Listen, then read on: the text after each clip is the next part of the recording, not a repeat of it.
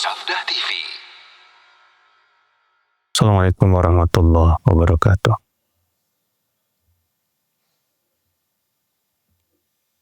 Alhamdulillah, nahmaduhu wa nasta'inuhu wa nastaghfiruh. Wa na'udzu billahi min syururi anfusina wa min sayyiati a'malina. Man yahdihillahu fala mudilla lahu wa man yudlil fala hadiya lahu. Asyhadu an la ilaha illallah wahdahu la syarika lahu wa asyhadu anna Muhammadan abduhu wa rasuluh. Qala Allah Ta'ala fi kitabihil karim, ya ayyuhalladzina amanu taqullaha haqqa tuqatih wa la tamutunna illa wa antum muslimun. Amma ba'd. Kita lanjutkan kitab Sahih Hadis Qudsiynya, hadis 541 sekarang ya.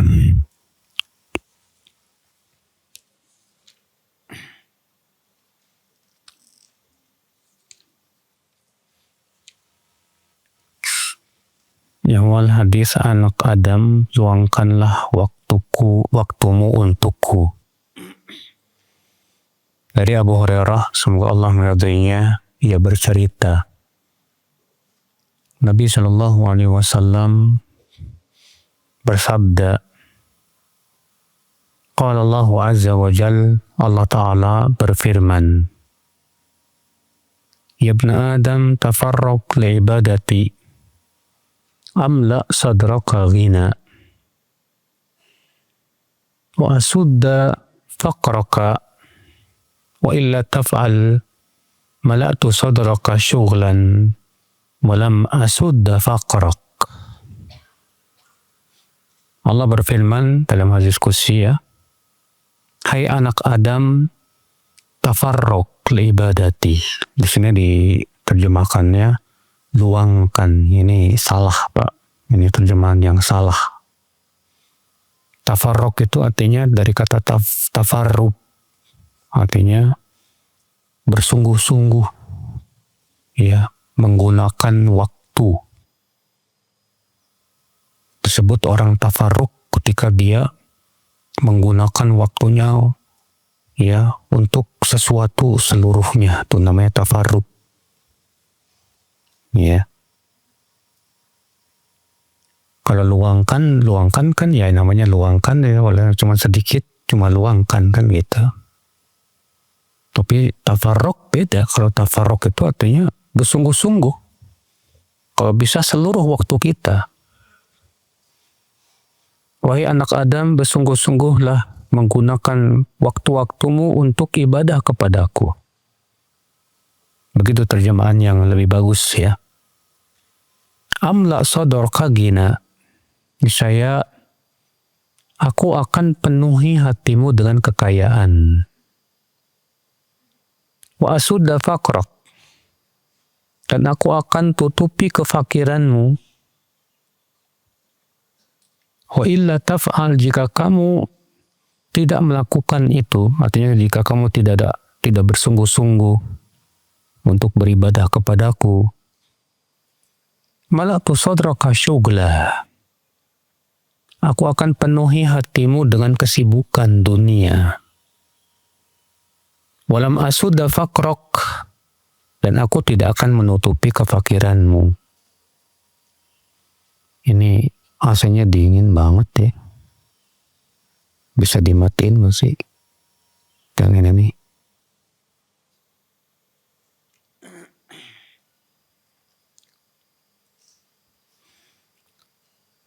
Hadis ini diriwayatkan Imam Ahmad, At-Tirmidzi, dan disahihkan oleh Syekh Albani rahimahullah. Hadis ini Bapak dan Ibu-ibu sekalian menyuruh kita untuk bersungguh-sungguh menggunakan waktu-waktu kita untuk ibadah. Artinya maksudnya gimana? Maksudnya kalau bisa semua aktivitas kita bernilai ibadah itu lebih baik. Iya. Semua aktivitas kita bernilai ibadah. Karena itu memang tujuan hidup kita. Kita hidup di dunia ngapain, Mbak? Kita hidup di dunia mau main-main? Enggak. Kita hidup di dunia cuma mau traveling? Enggak. Cuma mau kuliner? Enggak. Allah mengatakan wa ma khalaqtul jinna wal insa illa liya'budun. Tidaklah aku ciptakan jin dan manusia kecuali agar mereka beribadah kepadaku. Berarti tujuan hidup kita di dunia ngapain? Ibadah. Maka kalau bisa semua aktivitas kita bernilai ibadah luar biasa. Sebagaimana Allah Ta'ala berfirman, فَإِذَا فَرَغْتَ فَانْصَبْ. Apabila kamu telah selesai dari suatu ibadah, segeralah menuju ibadah berikutnya. Namun tentunya Pak, kita jangan menilai ibadah itu dengan pandangan yang sempit. Kita memandang ibadah itu cuma baca Quran, ya, sholat. Enggak.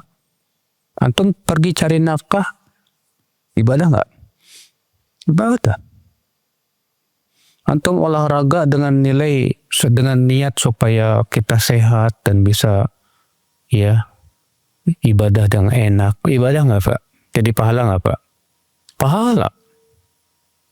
Kita makan dengan niat supaya dengan makan badan kita sehat, menjaga kesehatan badan. Jadi pahala.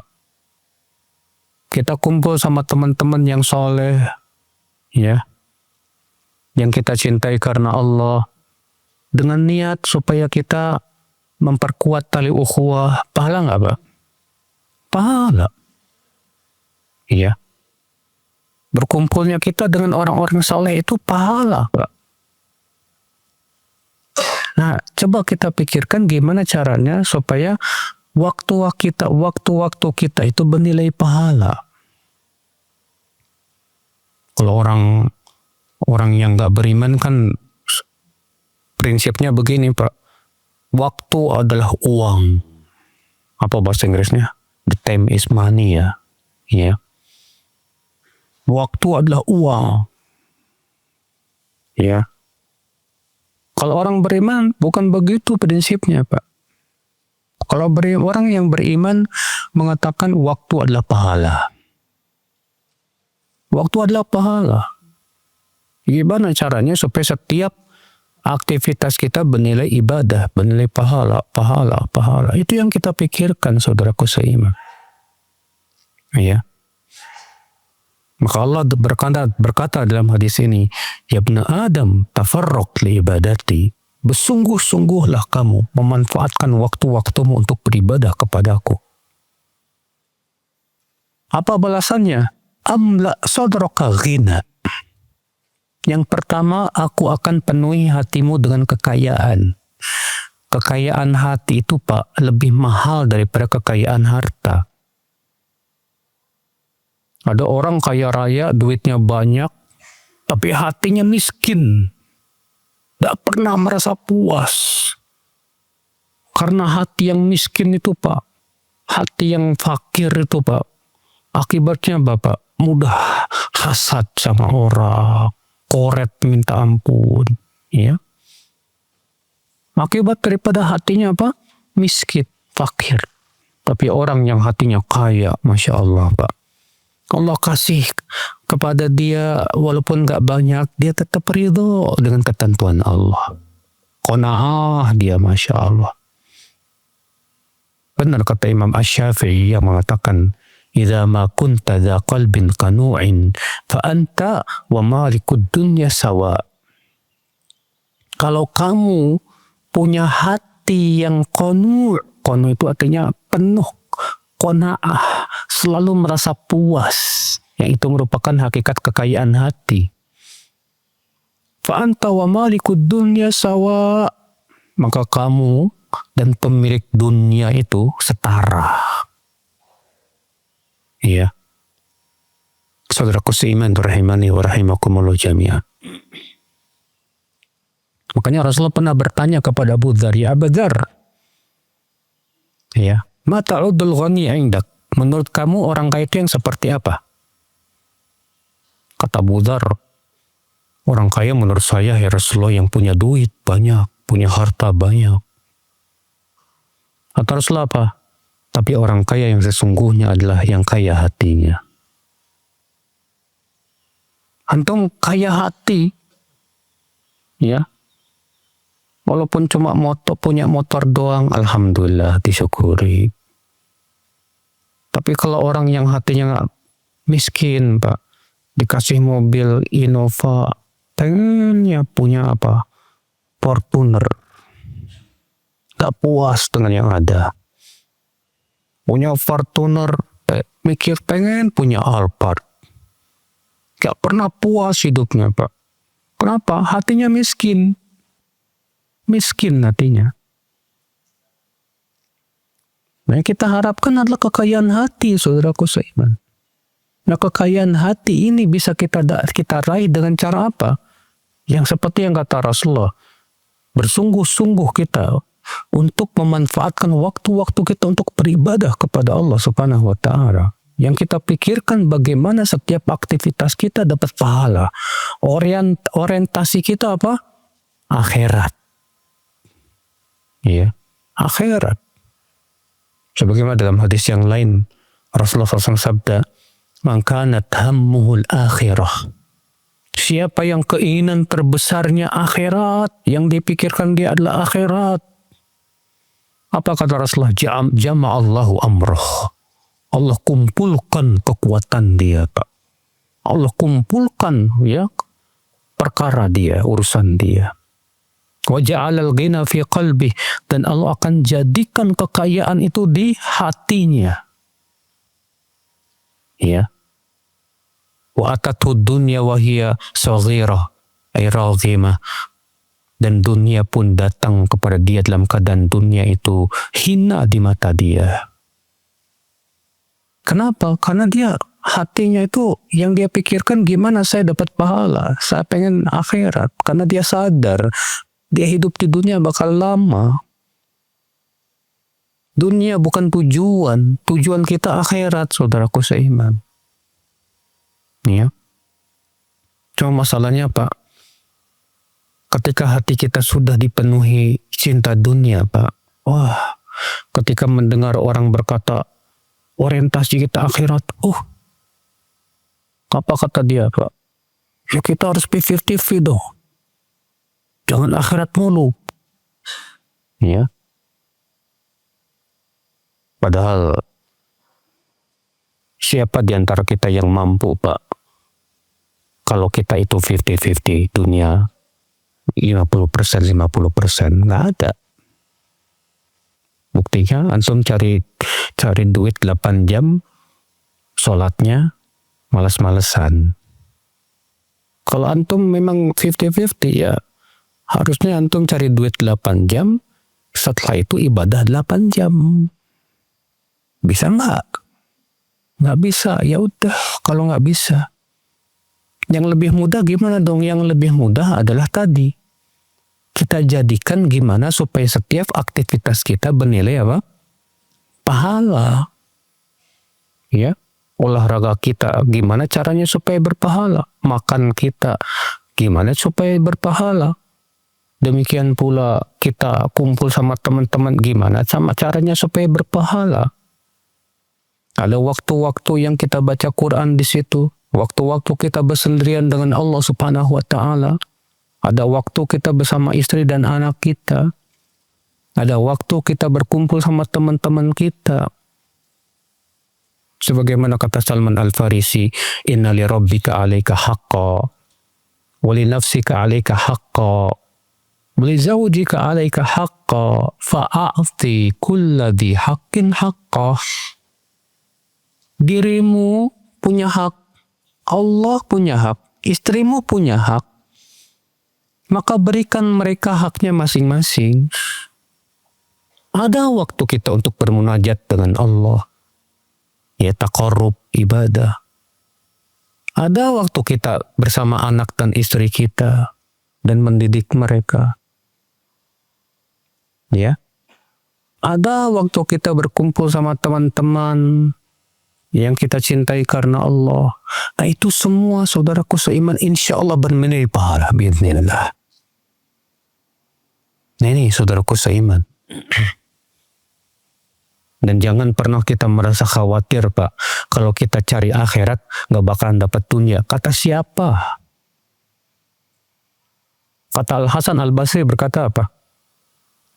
Ya ma'asyara syabab, utlubul akhirah, fa inni wajadtu talibal akhirah, u'tiyad dunya. Wahai para pemuda, cari oleh kamu akhirat. Karena aku melihat orang yang mengejar akhirat tetap diberikan oleh Allah dunia. Tetap diberikan oleh dunia, iya. Wa talibad dunya a'radu an alil akhirah. Tapi pengejar dunia berpaling dari akhirat. Kebanyakan begitu. Orang yang pikirannya cuma sebatas mengejar dunia. Kita lihat, Pak, berpaling dari akhirat, Pak. Sholatnya aja kagak pernah khusyuk. Kalaupun sholat yang dipikirin dia apa? Dunia. Ya. Mau tahajud berat, mau baca Quran berat. Disuruh ibadah bilangnya 50-50. Jangan akhirat mulu katanya. Ya. Tapi antum lihat orang yang senantiasa mengejar akhirat, yang dia pikirkan bagaimana kebaikan akhiratnya, tetap dikasih sama Allah apa? Dunia. Para sahabat, mereka para pengejar akhirat, Pak. Tapi para sahabat, lihat Abu Bakar kaya raya, Utsman kaya raya, Abdurrahman bin Auf jangan tanya. Konglomerat para sahabat. Anas bin Malik, Hudzaifah bin Yaman, dan banyak lagi para sahabat yang diberikan oleh Allah dunia. Padahal mereka semua pengejar akhirat. Ya. Nabi Sulaiman, emang beliau pengejar dunia? Enggak.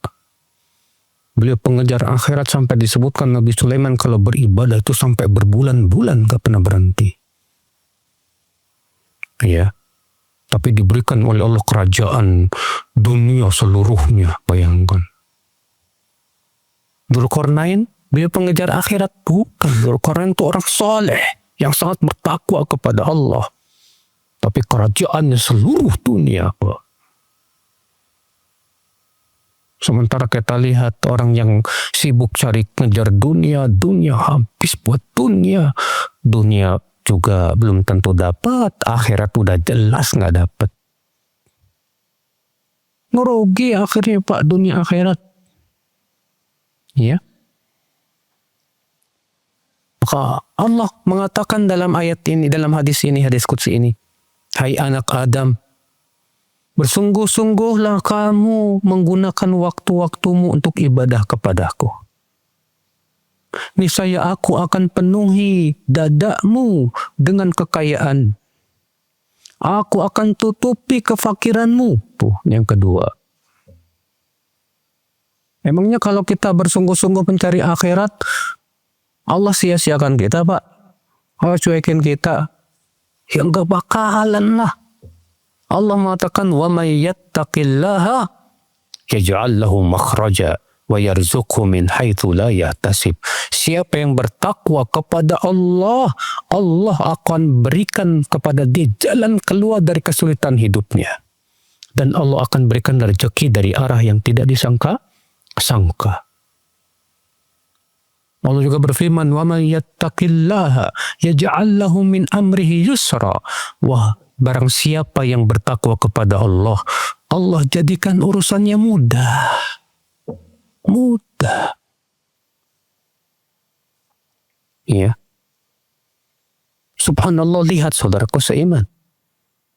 Lalu Allah mengancam, wa illa taf'al, jika kamu tidak sungguh-sungguh menggunakan waktumu untuk ibadah, mala'tu sadraka syughla, aku akan penuhi hatimu dengan kesibukan dunia. Cuma sebatas mikirin dunia. Akhirnya pikiran kita cuma dunia, Pak. Akibat nggak ada kesungguhan kita dalam ibadah. Mikirin traveling, mikirin kuliner, mikirin mancing, mikirin goes, mikirin ini, mikirin itu. Cuma mikirin dunia, toh. Iya. Ya akhul Islam, saudaraku seiman. Walam asuda faqrak, dan aku tidak akan menutupi kefakiranmu. Karena hatinya dipenuhi dengan apa? Mikirin dunia. Akhirnya hatinya nggak pernah puas, Pak. Kefakirannya tak pernah terpenuhi, ya akhul Islam, saudaraku seiman. Makanya Pak, kita hidup di dunia itu seperti kapal yang berlayar di atas lautan. Antum lihat, kalau kapal supaya bisa berlayar di atas lautan, jangan sampai air laut memenuhi kapal itu, Pak. Iya. Sebab kalau air laut memenuhi kapal itu, tenggelam dia.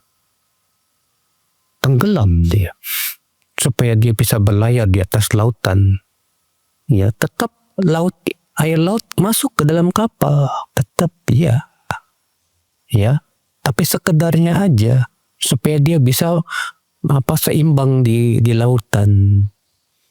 Demikian pula kita hidup di dunia pun tetap mengambil dunia sesuai dengan kebutuhan kita, supaya kita ya tetap bisa enak beribadah kepada Allah dan yang lainnya. Tapi kalau hati kita dipenuhi dengan dunia, tenggelam kita ke dalam dunia, Pak. Ya. Ikhwata Islam, saudaraku seiman, rahimani wa rahimakumullah jami'an. Kita masuk hadis berikutnya. Hadis 543. 542 sama. Dari Abu Hurairah, semoga Allah meridainya, ia berkata, Rasulullah SAW bersabda, Man adali waliyan faqad adhantuhu bil harb.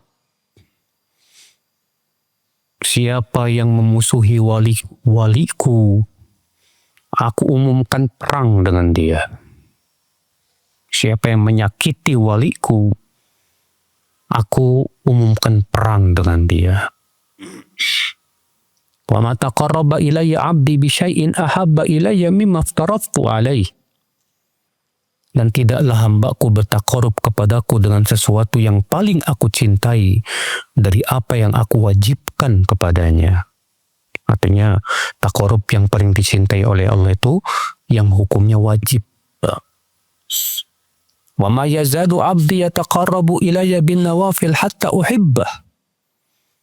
Dan senantiasa hambaku bertakarub kepadaku dengan yang sunnah-sunnah hingga aku pun mencintai dia.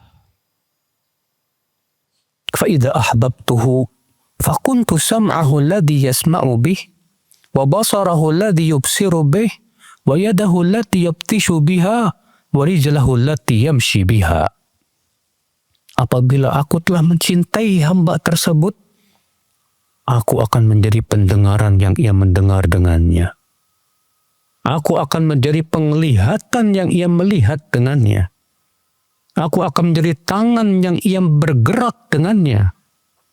Dan aku akan menjadi kakinya yang ia berjalan dengannya. Wa in sa'alani la'u'tiyannah. Wala in ista'adhani la'u'idhannah.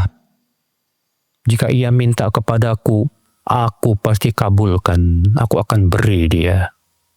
Jika ia mohon perlindungan kepadaku, pasti aku lindungi dia. Wa ma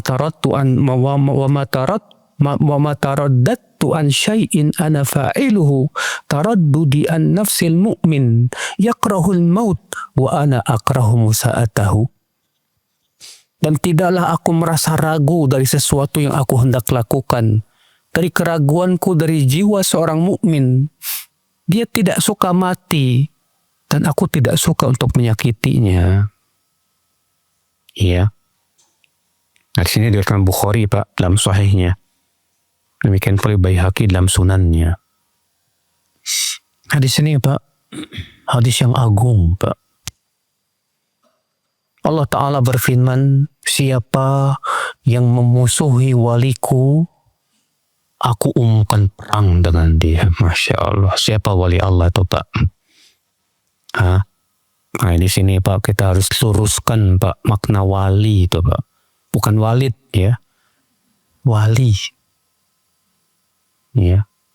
Siapa wali Allah menurut Al-Quran dan Sunnah? Menurut kacamata Ahlus Sunnah, wali Allah itu yang disebutkan dalam Al-Quran setiap orang yang beriman dan bertakwa. Allah berfirman dalam surat Yunus, ala inna awliya Allah la khawfun alaihim wa la hum yahzanun alladzina amanu wa kanu yattaqun. Ketahuilah, wali-wali Allah tidak akan merasa takut dan tidak akan merasa bersedih hati nanti pada hari kiamat. Siapa mereka? Itu orang-orang yang beriman dan bertakwa. Jadi wali Allah itu ya, menurut konsep Al-Quran, setiap orang yang beriman dan bertakwa, dialah wali Allah. Orang yang senantiasa menjalankan perintah-perintah Allah, menjauhi larangan Allah, dialah wali Allah. Jadi, untuk jadi wali Allah itu enggak disyaratkan harus kesedeng dulu, Pak. Kata orang sufi, boleh majidub. Ya. Atau melihat di YouTube itu ada orang yang sedeng, gak pakai baju. Wah, ini wali majdub, ini wali majdub. La ilaha illallah. Sholat kagak. Apa-ngapain enggak. La ilaha illallah. Gimana? Seperti itu wali abadan. Untuk jadi wali, gak perlu Pak pakai wirid-wirid tertentu. Sampai derajat kasyaf katanya. Kasyaf itu istilah orang sufi ya Pak. Jadi kasyaf itu terbuka, tirai yang gaib Pak. Saya punya teman, dia cerita ke saya, Ustadz, saya sudah 10 tahun ikut tarekat Naqsyabandiyah Ustadz. Dan saya itu sudah sampai derajat yang lumayan tinggi Ustadz. Gimana tuh? Jadi ketika kita zikirnya itu di tempat yang gelap Ustadz. Di tempat yang gelap, yang kita bayangkan itu wajah mursyid. Ya, wajahnya sang mursyid. Lalu kita diajarkan wirid-wirid tertentu. Nah, itu baru 5 menit sudah tiba-tiba terang. Ya, itu namanya kasyaf. Terang, bisa melihat sesuatu yang tidak bisa dilihat orang lain. Ya.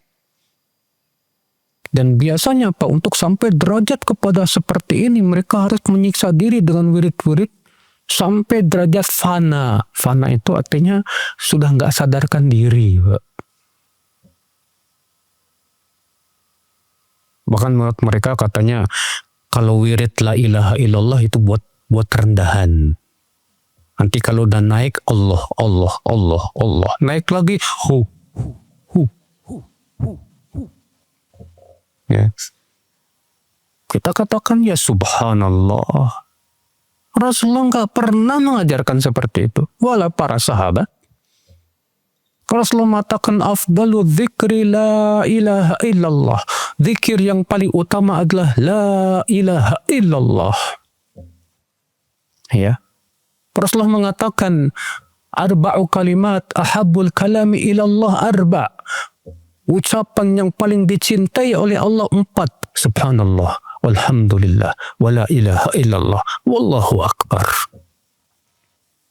Ya akhi, ya, seperti itukah untuk sampai kepada derajat walillah? Sama sekali enggak. Bahkan orang sufi itu Pak, orang tasawuf itu punya keyakinan kalau sudah sampai derajat tinggi wali, kewalian itu katanya, maka tidak perlu lagi terikat dengan syariat Nabi katanya Pak. Ya. Orang tasawuf sampai detik ini punya keyakinan seperti itu. Orang sudah sampai kepada derajat wali, derajat yang sangat tinggi, tidak perlu terikat dengan syariat Nabi. Makanya tidak aneh Pak, kalau ada kiai yang mensetubuhi murid-murid santriwatinya. Ya, karena bagi mereka itu halal. Karena katanya kalau orang sudah sampai derajat hakikat, tidak perlu terikat dengan syariat. Makanya kan muncul tuh film Walid tidak Pak, yang hakikatnya dari sufi itu Pak. Ya, saudaraku seiman rahimani wa rahimakumullah jami'an. Itu tidak pernah diajarkan oleh Rasul Sallallahu Alaihi Wasallam. Rasulullah SAW manusia terbaik. Rasulullah SAW manusia yang paling tinggi derajatnya di sisi Allah. Tapi lihat, beliau salat malam, kata Aisyah, sampai kakinya bengkak. Ya. Sampai Aisyah berkata, ya Rasulullah, qad ghafarallahu laka ma taqaddama min dzambika wa ma ta'akhkhar. Bukankah Allah sudah mengampuni dosa-dosamu yang lalu maupun yang akan datang, hai Rasulullah? Tapi engkau seperti ini ibadahmu sampai kakimu bengkak. Apa kata Rasulullah? Ya Aisyah, afala akunu abdan syakura? Hai Aisyah, tidak bolehkah aku menjadi hamba yang bersyukur kepada Allah? Ya. Rasulullah tetap meninggalkan yang haram, memakan yang halal. Bahkan sedekah buat Rasul aja nggak diterima sama Rasulullah SAW. Ya, kan memang ahlul bait nggak boleh menerima apa? Sedekah. Saudaraku seiman rahimani wa rahimakumullah jami'an. Lihat, beda jauh, Pak. Konsep wali menurut Al-Quran dan Sunnah dengan konsep wali menurut orang-orang apa? Tasawuf. Dan anehnya orang tasawuf berdalil dengan hadis ini, Pak. Nanti kita akan sebutkan. Ya. Kita lanjutkan dulu. Allah berfirman, siapa yang memusuhi waliku, aku umumkan perang dengan dia. Orang yang memusuhi wali-wali Allah, berarti dia sudah mengobarkan perang dengan Allah Subhanahu wa Ta'ala. Saudaraku seiman rahimani wa rahimakumullah jami'an. Mungkin ada yang bertanya, Ustadz, secara kenyataan kok orang-orang yang memusuhi Islam kok hidupnya enak-enak ya Ustadz ya? Iya. Orang Yahudi, mereka kan benci banget sama Muslim ya. Di Palestina kaum Muslimin dibunuh ya kan? Berbagai macam kejahatan yang kotor di seluruh dunia itu sebetulnya otaknya dari Yahudi, Pak. Ya. Tapi kok kenapa orang Yahudi kaya raya rata-rata? Katanya Allah memerangi mereka. Kita katakan, akhi, Allah memerangi mereka nggak sama dengan kita. Kalau kita pikirannya perang-perang, ya, hancurin, ya kan, bom, tembakin, matiin, bunuhin, gitu kan maksud kita. Kalau Allah memerangi orang-orang kafirin yang memerangi Allah dan Rasulnya, terkadang dengan cara dikasih kenikmatan sama Allah Subhanahu wa Ta'ala. Allah mengatakan wa namudduhum fi tughyanihim ya'mahun, dan kami ulur, kami berikan kepada mereka waktu supaya mereka semakin tenggelam dalam kesesatan mereka agar azabnya semakin keras. Karena azab dunia kecil, Pak. Azab akhirat itu yang paling berat, yang paling mengerikan, saudaraku seiman rahimani wa rahimakumullah jami'ah.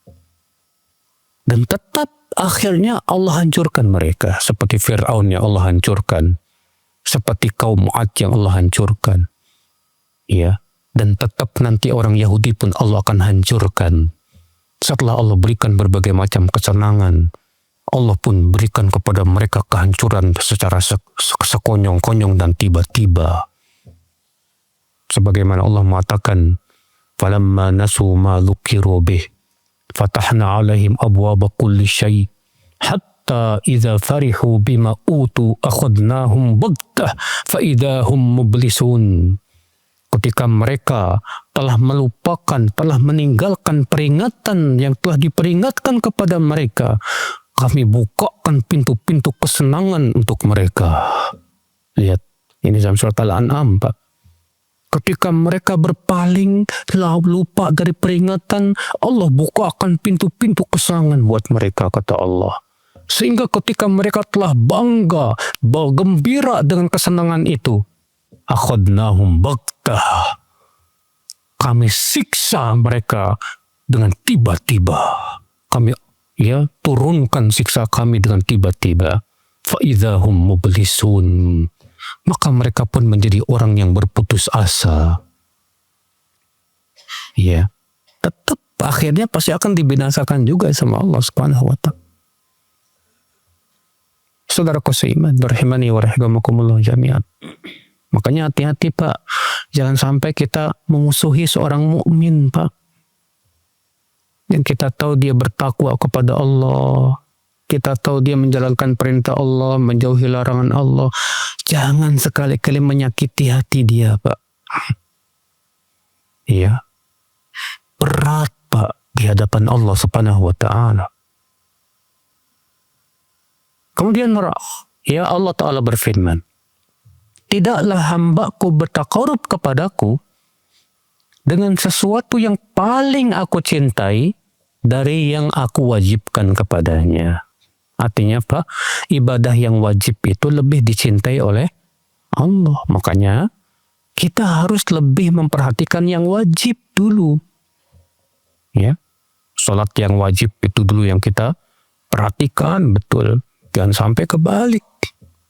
Sama sholat sunnah perhatiannya minta ampun, sama sholat wajib kurang perhatian. Kebalik, Mas. Ya. Maka dari itulah kita penting di sini, Pak, Ibu. Pertama, kita penting mempelajari hukumnya dulu. Hukumnya wajib apa? Sunnah. Ya. Jangan sampai, contoh misalnya gini, ada seorang ibu-ibu ngadu ke saya, Ustadz, saya ini kesel sama suami saya, Ustadz. Kenapa, Bu? Saya lagi asik zikir pagi petang, digodain terus sama suami. Jadi saya kesel sama suami saya. Saya bilang, Bu, melayani suami hukumnya apa? Wajib. Zikir pagi petang hukumnya apa? Sunnah. Terus demi membela yang sunnah, ibu tinggalkan yang wajib. Salah. Lalu, ya, yang wajib dulu, baru yang sunnah. Jangan sampai demi yang sunnah melalaikan yang wajib. Ada orang pergi dakwah sampai 40 hari, istrinya dicuekin, gak dikasih nafkah. Padahal menafkahi istri anak hukumnya apa? Wajib. Kata Rasulullah SAW, kafa bil mar'i ithman an yudayya man ya'ul atau man yaqut. Cukuplah bagi seseorang dosa dia menyia-nyiakan orang yang dia tanggung hidupnya, yang dia nafkahi itu. Jadi kita harus pahami baik-baik ya, mana yang wajib, mana yang sunnah. Yang wajib kita dahulukan daripada yang sunnah. Kalau dua-duanya wajib gimana, Ustaz? Maka kita lihat mana yang fardu ain, mana yang fardu kifayah. Fardu ain lebih dahulukan daripada fardu apa? Kifayah. Kalau dua-duanya fardu ain gimana? Kita lihat lagi mana yang lebih besar manfaatnya dan maslahatnya. Demikian kita Pak dalam beramal itu harus faqih gitu ya Pak.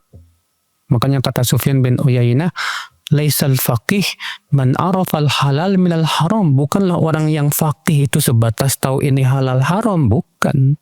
Tapi orang yang faqih itu tahu derajat kehalalan dan derajat keharaman.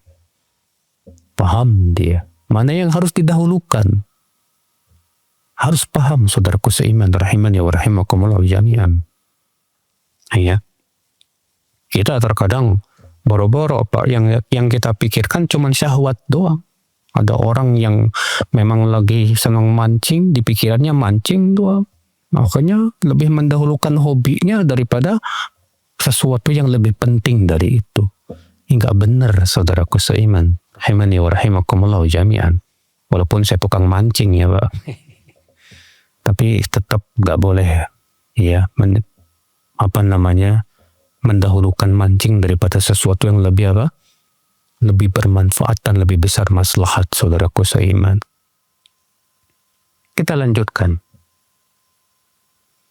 Apabila ya wa ma yazalu abdi, dan senantiasa hambaku bertakarub kepadaku dengan yang sunnah. Nah, setelah yang wajib selesai kita laksanakan, yang kedua yang sunnah baru kita perhatikan, Pak. Ya.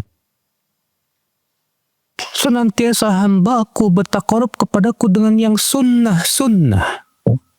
Diperhatikan sholat sunnahnya, diperhatikan zikir sunnahnya, diperhatikan sedekah sunnahnya, diperhatikan puasa sunnahnya.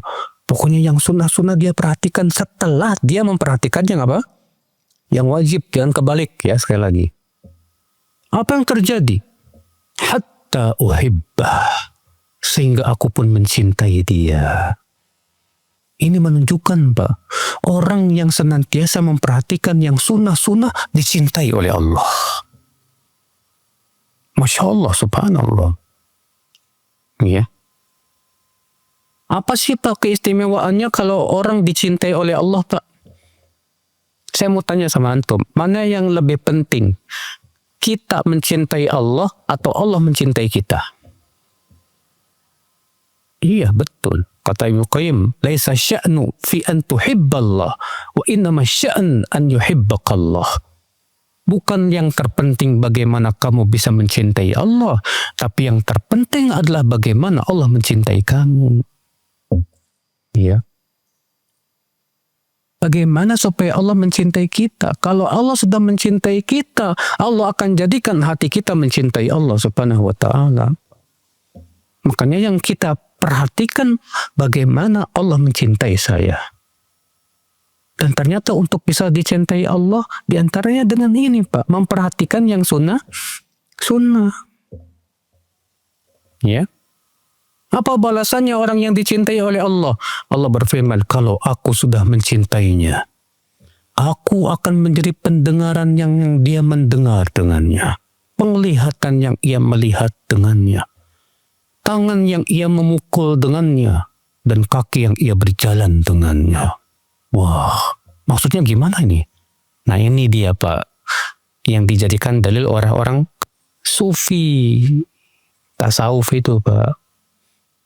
Katanya kalau orang sudah dicintai oleh Allah, Allah akan jadi apa? Pendengarannya, matanya, tangannya, dan kakinya. Artinya maksudnya apa? Artinya dia akan bersatu dengan Allah. Iya. Bayangkan, dia jadi pendengaran, Allah jadi pendengarannya, Allah jadi matanya, Allah jadi apa? Tangannya, Allah jadi kakinya. Atas dasar ini kata orang tasawuf, wali gak mungkin salah. Wali gak mungkin apa? Salah katanya. Jadi kalau ada wali minum arak gimana? Beda kalau wali. Wali itu kalau minum arak sampai kerongkongan jadi air Mas. Bener Pak, dia ngomong gitu, saya dengar sendiri dengan telinga saya. Jadi air Mas, beda dengan kita. Jadi nggak boleh disalahin tuh wali, nggak boleh, karena wali itu ya Allah jadi pendengaran dia, Allah jadi mata dia, Allah jadi telinga dia, Allah jadi apa? Kaki dan tangan dia. Jadi nggak mungkin salah wali itu. Ini pemahaman yang salah, Pak. Ya. Terus apa maksudnya? Maksudnya kata para ulama, Allah akan menjaga pendengarannya sehingga ia tidak mau mendengar kecuali apa yang Allah ridhai. Allah akan jaga penglihatannya sehingga ia tidak mau melihat kecuali yang Allah ridhai. Allah akan jaga tangan dan kakinya sehingga ia tidak bergerak kecuali untuk ridho Allah Subhanahu wa taala. Itu maksudnya. Bukan artinya Allah bersatu dengan apa? Si wali itu. Nah, kalau Allah bersatu dengan manusia gimana? Ibnu Taimiyah membantah keyakinan ini dengan ilmu kimia. Beliau berkata, persatuan dua unsur tidak akan lepas dari dua keadaan atau tiga. Keadaan yang pertama, unsur A ikut unsur B. Keadaan yang kedua, unsur B ikut unsur A. Kalau tidak mungkin juga akan membentuk unsur yang baru. Unsur yang baru. Sekarang Allah bersatu dengan makhluk, dengan hamba. Imma Allah ngikutin hamba, berarti Allah makan, Allah minum, Allah berak. Tak mungkin. Abadat. Atau hamba ikut Allah. Konsekuensinya gak makan, gak minum, gak buang air. Ternyata buktinya gak paling doyan makan. Gak mungkin ini juga. Atau membentuk manusia setengah Allah. Gak ada juga, Pak. Semua secara akal tertolak semua itu, Pak. Ahlussunnah wal Jamaah tidak pernah punya keyakinan seperti ini. Ini keyakinan hululiyah namanya, Pak. Bahwa Allahut halla bin nasut. Allah bersatu dengan apa? Manusia. Ini keyakinan yang bukan dari Islam sama sekali. Ini disebut dengan keyakinan hululiyah. Dan hululiyah yang paling parah itu, Pak, hululiyahnya Ibnu Arabi. Yang meyakini bahwa Allah bersatu dengan semua makhluk. Ya, Allah ada di pohon, Allah ada di batu, Allah ada di tanah, Allah ada di segala tempat. Makanya orang yang mengatakan Allah berada di mana-mana, ini konsekuensinya berat loh, Pak. Sesat banget nih ucapan ini. Kalau Allah mengatakan Allah berada di mana-mana berarti di batu ada, di pohon ada. Dan ucapan ini sama saja mengatakan apa? Orang yang menyembah pohon berarti dia sudah menyembah Allah. Karena Allah ada di pohon. Orang yang menyembah batu berarti Allah berada di batu. Berarti dia benar, gak boleh disalahin. Dan itulah, Pak, keyakinan inilah, Pak, pokok dasar daripada keyakinan plural. Semua agama sama. Saudaraku seiman, rahimani wa rahimakumullah jami'an. Jadi pemahaman yang benar ini, aku akan menjadi pendengaran yang ia mendengar dengannya, artinya Allah jaga pendengarannya. Sehingga ia tidak mau mendengar kecuali apa yang Allah ridhai. Ini orang kalau sudah dicintai oleh Allah begitu, Pak, Masya Allah. Dia kalau dengar gibah, gak suka dia. Mendengar musik, apa ini? Dengar nyanyian, Allah ini melalaikan ini. Tapi kalau dengar Quran, Masya Allah, terasa nikmat rasanya. Ini berarti, Masya Allah ini, dijaga pendengarannya, Pak. Ya, dijaga matanya. Ngelihat di HP, ngelihat AWW, nggak pakai baju. Aduh, apa ya? Astagfirullahaladzim. Gak bener. Ya.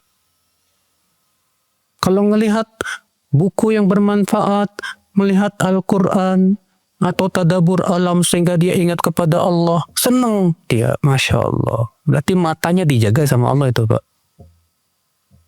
Itu yang kita harapkan, Pak. Kita pengen telinga kita dijaga sama Allah, mata kita dijaga sama Allah, lisan kita dijaga sama Allah. Itu yang kita harapkan. Karena itu pertanda artinya Allah cinta sama dia. Ya. Wa in sa'alani la'u'tiyannah. Jika ia minta kepadaku, aku pasti beri. Dan ini, ucapan ini bantahan terhadap orang sufi yang memahami salah tadi. Yang mengatakan katanya Allah bersatu dengan manusia. Karena Allah mengatakan dalam hadis qudsi ini, jika ia minta kepadaku, pasti aku beri. Kalau sudah bersatu dengan Allah, ngapain minta lagi? Ya. Wala in ista'adani la'u'idhannah. Jika ia mohon perlindungan kepadaku, pasti pasti aku akan lindungi, kata Allah. Itu wali Allah itu, Pak. Ya. Orang yang sangat dicintai oleh Allah, walaupun kelihatan dia kere, miskin, gak punya fulus. Sebagai disebutkan dalam hadis, Rubba ash'as akbar, badfu'un bil bab, ma law aqsama 'ala Allah la barrah. Berapa banyak orang yang rambutnya kusut berdebu, ditolak di pintu-pintu karena hina dia. Tapi kalau sudah bersumpah dengan nama Allah, Allah langsung kabulkan doanya. Saking takwanya dia kepada Allah Subhanahu wa ta'ala. Ya kata Islam, saudaraku seiman. Lalu Allah berfirman, dan tidaklah aku merasa ragu untuk melakukan sesuatu seperti keraguanku untuk mencabut nyawa seorang mukmin. Dia tidak suka mati dan aku pun tidak suka menyakitinya. Tapi masalahnya kematian itu harus. Maka Allah jadikan kesakitan yang ia rasakan saat sakaratul maut itu sebagai penggugur dosanya. Iya. Masya Allah ya akhul Islam, saudaraku. Makanya orang yang beriman, Pak, ketika mau meninggal dunia, supaya dia tidak takut mati, tidak ini, dikasih kabar gembira dulu saat mau matinya itu, Kak. Allah berfirman, Innal ladzina qalu rabbuna Allah thumma istaqamu tatanazzalu alaihim malaikatu alla takhafu wa la tahzanu wa abshiru bil jannati allati kuntum tu'adun. Sesungguhnya orang-orang yang berkata Rabb kami Allah, kemudian istiqomah sampai matinya, akan turun kepada mereka para malaikat ketika kematiannya. Para malaikat itu berkata, jangan bersedih hati, jangan takut. Bergembiralah dengan surga yang telah dijanjikan buat kamu. Dalam hadis yang lain Rasulullah bersabda, Man ahabba liqa Allah, ahabballahu liqa'ah. Wa man kariha liqa Allah, karihallahu liqa'ah. Siapa yang suka bertemu dengan Allah, Allah akan suka bertemu dengan dia. Dan siapa yang tidak suka bertemu dengan Allah, Allah pun gak suka bertemu dengan dia. Lalu Aisyah berkata, apa kata Aisyah? Ya Rasulullah, kulluna yakrahul maut. Hai Rasulullah, bukankah setiap kita juga tidak suka kematian, hai Rasulullah? Apa kata Rasulullah? Ya Aisyah, innal mu'min. Ya, seorang mukmin, hai Aisyah, inda mautihi busyira bil biridwanillah. Ketika dia mau meninggal, diberikan kabar gembira dengan surga Allah dan keridwaannya. Fa'ahabba liqa Allah, saat itulah si mukmin merasa suka dan ingin bertemu dengan Allah. Fa'ahabballahu liqa'ah, Allah pun suka bertemu dengan dia. Wa innal kafir inda mautihi busyira bin nar wa bi'adabillah. Adapun orang kafir ketika dia mau matinya, diberikan kabar gembira dengan api neraka dan adabnya. Saat itu orang kafir gak suka bertemu dengan Allah. Allah pun gak suka bertemu sama dia. A'udzubillah min dzalik, saudaraku seiman, rahimani wa rahimakumullah jami'an. Nah ini ya akhi, subhanallah, ya. Itu menunjukkan akan kasih sayang Allah yang besar kepada hamba-hambanya yang beriman. Ya.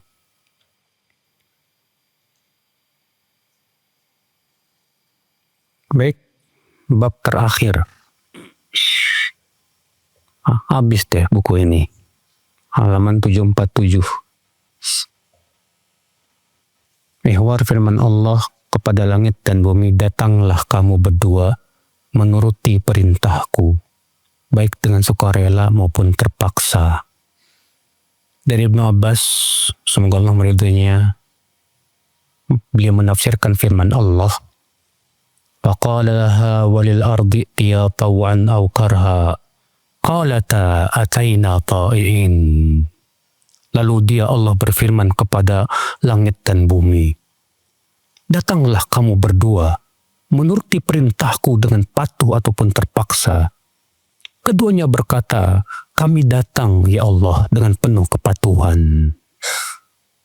Maka Ibnu Abbas berkata, qala lis-sama, Maksudnya, Allah berfirman kepada langit, akhriji syamsaki wa qamaraki wa nujumaki.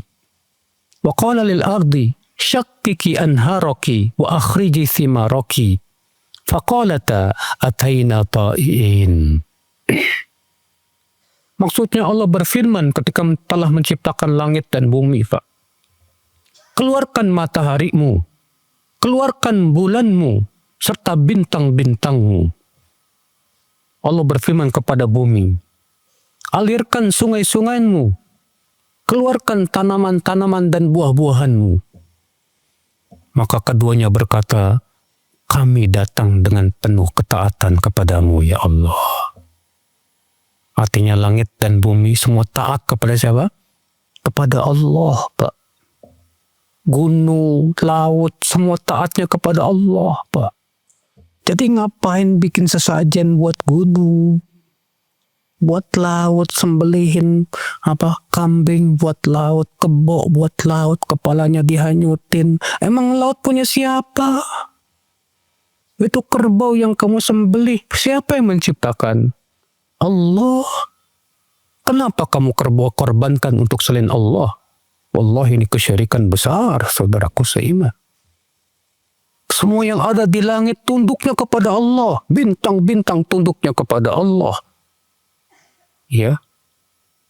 Hadis ini menunjukkan, Pak, bahwa selain jin dan manusia, mereka dipaksa wajib taat kepada Allah. Hanya jin dan manusia yang diberikan pilihan antara taat atau maksiat. Tapi siapa yang taat diberikan padanya surga. Siapa yang maksiat diberikan padanya api neraka. Makanya surga dan neraka itu hanya untuk jin dan manusia. Malaikat nggak ada surga buat mereka, Pak. Binatang nggak ada surga buat mereka. Nggak ada surga dan neraka buat mereka. Berarti kewajiban kita, Pak, kewajiban kita taati Allah.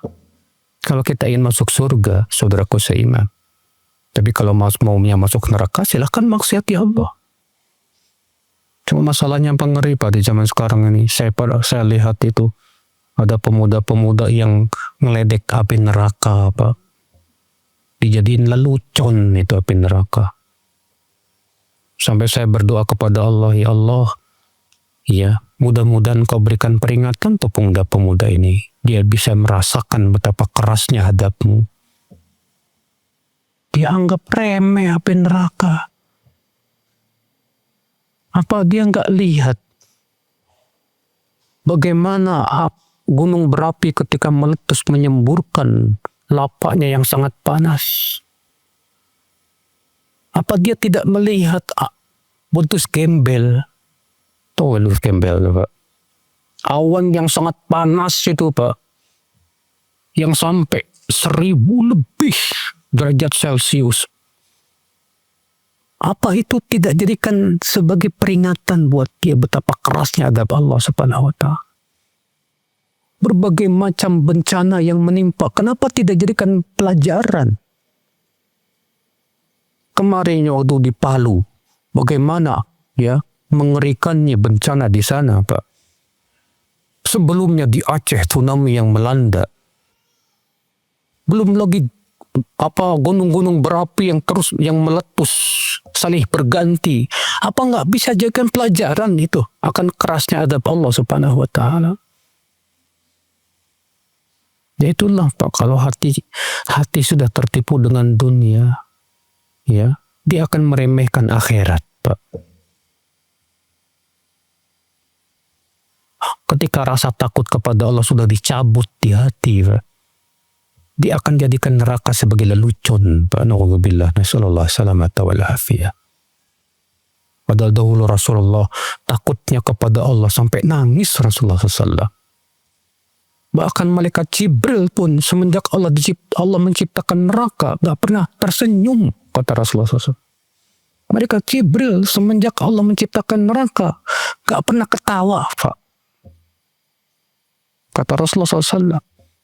Ini menjadikan ejekan. La ilaha illallah. Ini musibah yang terbesar, ya akhi. Ya, ketika hati seorang hamba itu sudah dicabut rasa takutnya kepada Allah dan tidak mau lagi tunduk dan patuh kepada Allah. Padahal bumi saja taat kepada Allah. Langit yang begitu besar saja tunduk kepada Allah. Iya. Para malaikat-malaikat yang luar biasa super itu Pak. Mereka semua patuh kepada Allah Subhanahu wa ta'ala. Manusia yang lemah. Manusia itu makhluk yang paling lemah loh Pak. Wa khuliqal insanu dha'ifa. Manusia diciptakan dalam kenapa? Lemah. Betul nggak manusia yang paling lemah Pak? Iya. Bandingkan dengan binatang-binatang. Harimau, buaya. Manusia paling lemah. Hatta dengan semut, manusia paling lemah. Semut kerja 24 jam gak pernah berhenti. Salah. Setiap hari begitu. Mana ada manusia punya seperti itu. Kalau manusia kerjanya kayak semut, Pak. Iya. Ikhwata Islam saudaraku seiman. Alhamdulillah kita sudah selesai menyelesaikan buku Sahih Hadits Qudsi. Ya. Dan untuk buku selanjutnya nanti saya kasih tahu ke panitia. Iya. Baik, saya kira cukup sampai di sini. Subhanakallah bihamdik. Asyhadu an la ilaha illa anta astaghfiruka wa atubu ilaik. Assalamualaikum warahmatullahi wabarakatuh.